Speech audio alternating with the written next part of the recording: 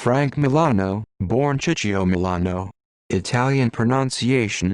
Modifier letter vertical line T, Latin small letter sh it, Latin small letter sh o me, modifier letter vertical line la, modifier letter triangular colon no. February 27, 1891, September 15, 1970 was a Calabrian immigrant to the United States who was boss of the Cleveland crime family in Cleveland, Ohio, from 1930 to 1935. He fled to Mexico, and in the early 1960s returned to the United States where he took up residence in Los Angeles, California. He became a criminal associate of the Cohen crime family and the Luciano crime family. Early life. Ciccio Milano was born on February 27, 1891, in the village of San Roberto in the province of Reggio Calabria in Italy to Pietro and Grazia, née Mazza Milano. He had an older brother, Antonio. He emigrated from Italy to the United States in 1907, and was arrested on counterfeiting charges in 1912. He was not convicted. Cleveland crime family. Mayfield Road mob and rise to power. Milano moved to Cleveland in 1913. He became involved in criminal activities immediately after arriving in the city, joining the newly formed Mayfield Road mob. He and his brother Anthony quickly rose to positions of importance in the gang, and Frank became involved in counterfeiting, murder, and various liquor law violations. By the early 1920s, the Cleveland Mafia had taken over the Mayfield Road mob and become the dominant criminal organization in Cleveland. It was led by boss Joseph, Big Joe Leonardo. While visiting family in Italy, Leonardo lost control of the Cleveland Mafia to Salvatore, Black Sam Dodaro and Joseph, Big Joe Paurello. Leonardo demanded his business back when he returned to the United States, but was murdered by the Paurellos on June 23, 1927. Dodaro was killed by the Leonardos on June 11, 1929. Joseph Paurello took over the crime family, but he began to be pushed aside by Frank Milano, who was by now head of a resurgent Mayfield Road mob. Paurello began reasserting his power, and demanded that Milano turn over cash owed to him as well as make a large monetary payment as a sign of his loyalty. Milano agreed to do so. On July 5, 1930, Paurello and his bodyguard, Sam Tilacco, went to Milano's restaurant, the Venetian, at 12601 Mayfield Road in Cleveland's Little Italy neighborhood. The two sat at a table with Milano and Milano associates John Angersola, Charles Coletti, and Chuck Palizzi. Within minutes, Paurello was dead. Tilacco crawled outside, and died on the sidewalk. A series of revenge killings left Milano's Mayfield Road mob in control of the Cleveland crime family. Activities. As head of the Cleveland crime family, he was a close associate of Cleveland crime family members George Angersola, John Angersola, Alfred Palizzi, and John Scalish, and co-owned Tornello Importing Company, an olive oil importation business, with Alfred Palizzi. Milano was also allegedly close to Mayfield Road mob member and Louis "Babe" Triscaro, who later became president of Local 436 of the International Brotherhood of Teamsters. With the start of Prohibition in 1920, Milano got involved in the distribution and sale of illegal alcoholic beverages. He and fellow mobster Louis Cohen ran a speakeasy at 7310 Lexington Avenue in Cleveland. After police closed it down in 1926, Milano and Cohen opened a restaurant on Huff Avenue. In 1929, Milano met Modalitz, who ran bootlegging, illegal gambling, and rackets in Detroit, Michigan. The two became close friends. In April 1931, Salvatore Maranzano, head of the Castellamarese clan in New York City, declared himself capo di tutti capo, boss of all bosses. Lucky Luciano, who opposed Maranzano's claim to control the Luciano crime family, decided to have Maranzano murdered. On April 21, 1931, he met in Cleveland with Frank Milano, Modalitz, Meyer Lansky, Santo Trafficante Sr., and an emissary sent by Al Capone. The five agreed with Luciano's plan to kill Maranzano and establish a new federation of crime families to handle disputes. After the September 10, 1931, assassination of Maranzano, the title of Capo di Tutti Capo was retired and the commission established by the American Mafia. Milano was named a member of the commission, alongside Joseph Bonanno, Al Capone, Tommy Galliano, Lucky Luciano, Vincent Mangano, and Joe Profaci. Frank Milano and Modalitz became partners in the Mosca Corporation, which manufactured dehydrated molasses for use in alcohol distillation. Other criminal investors in the Mosca Corporation included Lansky, Luciano, and Frank Costello, Luciano's lieutenant. Dehydrated molasses was sold to alcohol manufacturers nationwide, allowing Milano to accumulate a large fortune during Prohibition. As Prohibition came to a close, Dalitz advised Milano to expand into new criminal activities.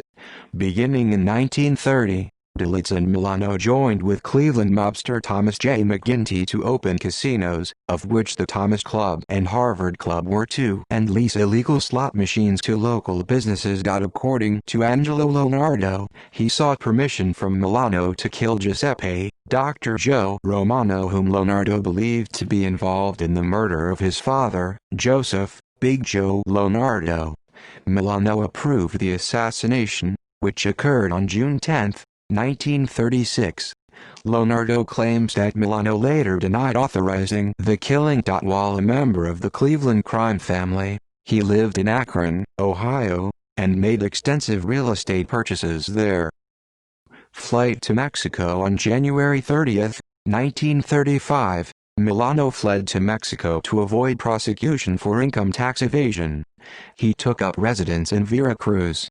As he could not run the Cleveland crime family from across the border, he stepped down as boss and was succeeded by Alfred Paul Izzi. The Mexican government granted Milano a permanent visa on April 13, 1942. While living in Mexico, Milano engaged in a wide range of criminal activities.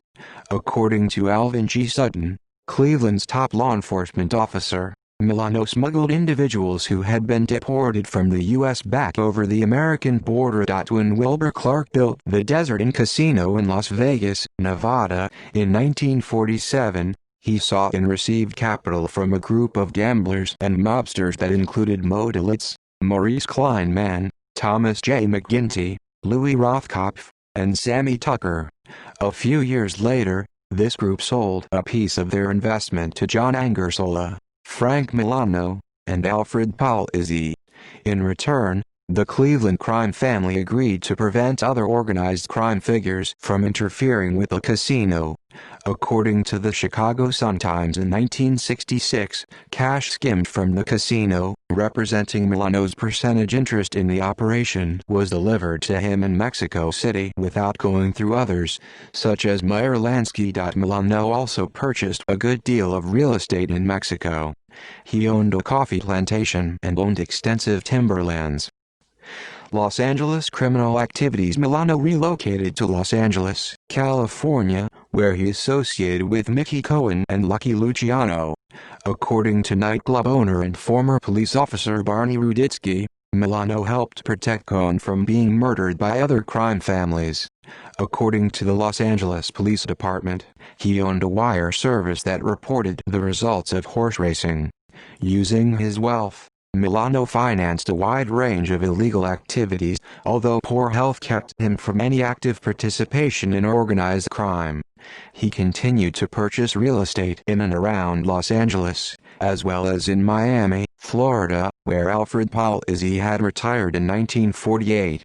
He was considered one of the top echelon figures in organized crime nationwide. Death. Milano died in Los Angeles on September 15, 1970, of natural causes. Relatives. Frank Milano's wife, Marie, was at one time a close friend of Mickey Cohen's. Frank Milano's brother, Antonio, also known as Anthony Milano, Anthony Milana, and Tony Milano, was born in 1888. From 1930 to 1976, he was underboss of the Cleveland crime family. Anthony Milano's sons, Frank Angelo Milano, also known as John J. Gallo, John J. Milano, and Peter John Milano, were also suspected members of organized crime families in Los Angeles. References, notes, citations. Bibliography: Burbank, Jeff, 2006. Las Vegas, Babylon. True Tales of Glitter, Glamour, and Greed. London, Robson Books. ISBN 9781861059666.cs1 maint. Ref Harv. Link. Bureau of Narcotics, 2007. Mafia. The Government's Secret File on Organized Crime. New York, HarperCollins. ISBN 9780061363856.cs1 maint. Ref Harv. Link. Capisi, Jerry, 2004. The Complete Idiot's Guide to the Mafia. Indianapolis. Alpha Books.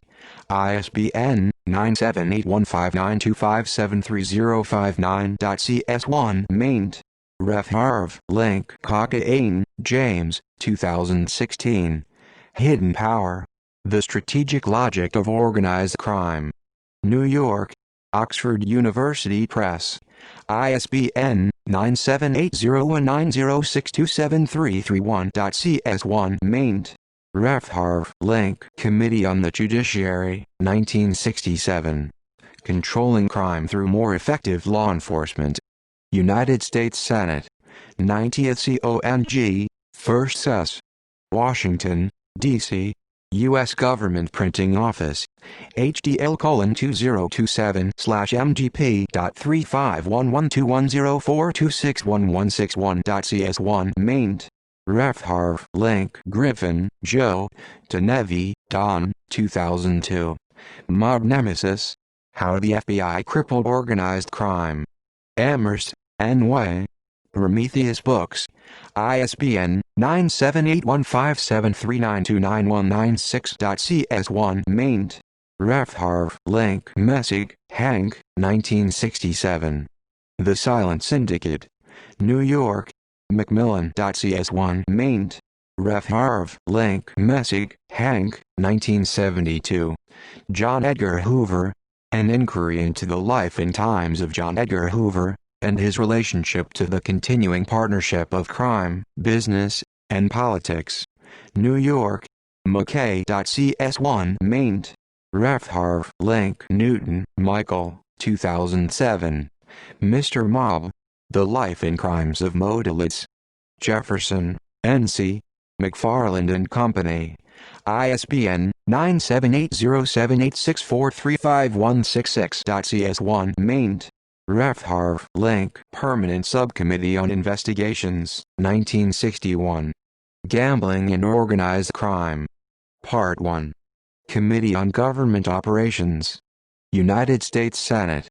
87th CONG, 1st Sess. Washington, D.C. U.S. Government Printing Office. HDL:2027/UC1.B5138122.cs1 maint. Ref Harv. Link. Permanent Subcommittee on Investigations, 1988. Organized Crime 25 years after Valachi. Hearings before the Permanent Subcommittee on Investigations of the Committee on Governmental Affairs, United States Senate. SHRG 100-906. 100th CONG, 2D Sess.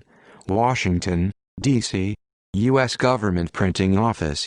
HDL:2027/MGP.390150287789994.cs1 maint.